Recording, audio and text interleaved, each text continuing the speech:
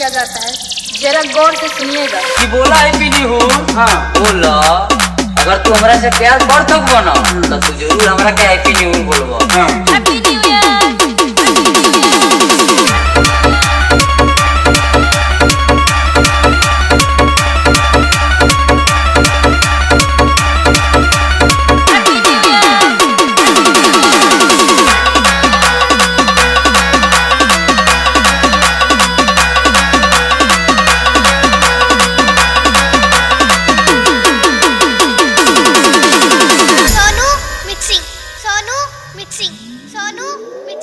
पूरा देश नया साल की तैयारी में लगा है और ये साला पूछता है गिरीश का सुनने का गाना, गिरीश का सुनने का गाना, गिरीश का सुनने का गाना, गिरीश का सुनने का गाना, गिरीश का।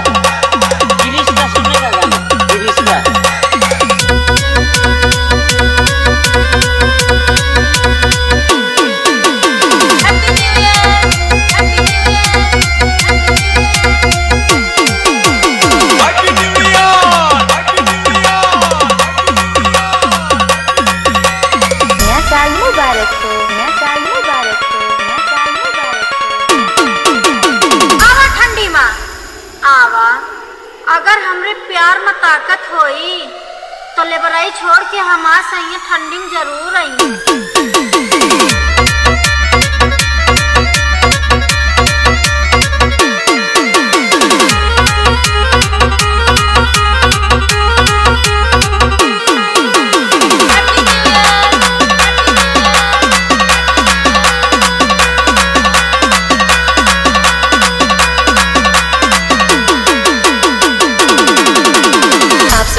DJ Sonu remix UP Bahraich. ये जो दिल मेरा तोड़ दिए हो अपने हाथे सिल का, बड़ी दर्द होते हो। 70 रुपए वाला नगीना पी का।